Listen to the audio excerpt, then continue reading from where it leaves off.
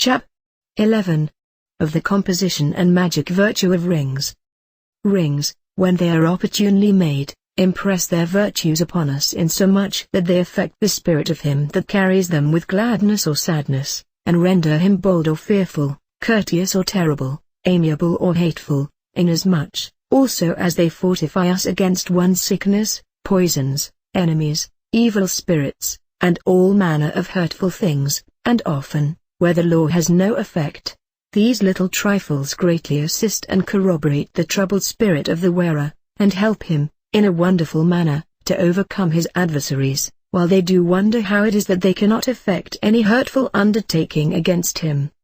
These things, I say, are great helps against wrathful, vicious, worldly-minded men, inasmuch as they do terrify, hurt, and render invalid the machinations of those who would otherwise work our misery or destruction. All which we are neither afraid nor ashamed to declare, well knowing that these things will be hid from the wicked and profane, so as that they cannot draw the same into any abuse, or privy mischief toward their neighbor, we having reserved some few things in this art to ourselves, not willing to throw pearls before swine, and however simple and plain we may describe some certain experiments and operations, so as that the great-mouthed school philosophers may mutter or scoff thereat, yet there is nothing delivered in this book but what may be, by an understanding thereof, brought into effect, and, likewise, out of which some good may be derived. But to proceed.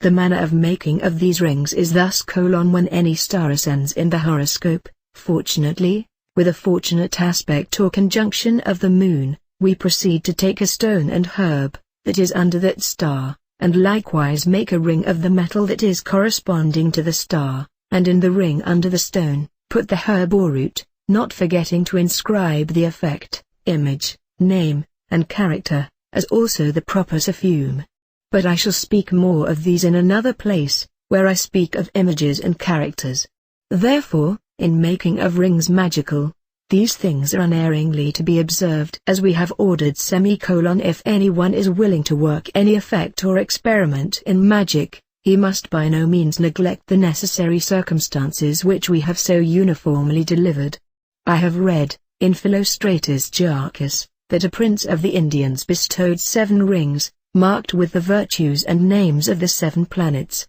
to Apollonius, of which he wore one every day, distinguishing according to the names of the days, by the benefit of which he lived above 130 years, as also always retained the beauty of his youth. In like manner, Moses, the lawgiver and ruler of the Hebrews, being skilled in the Egyptian magic, is said, by Josephus, to have made rings of love and oblivion. There was also, as saith Aristotle, among the Cyaneans, a ring of butters, which could procure love and honor. We read, also, that Didymus, a certain philosopher, made rings against the bites of serpents, bewitchings, and evil spirits. The same doth Josephus relate of Solomon. Also we read, in Plato, that Gyges, king of Lydia, had a ring of wonderful and strange virtues, the seal of which, when he turned it toward the palm of his hand, nobody could see him, but he could see all things, by the opportunity of which ring, he ravished the queen, and slew the king his master, and killed whomsoever he thought stood in his way, and in these villainies nobody could see him, and at length, by the benefit of this ring, he became king of Lydia. 1.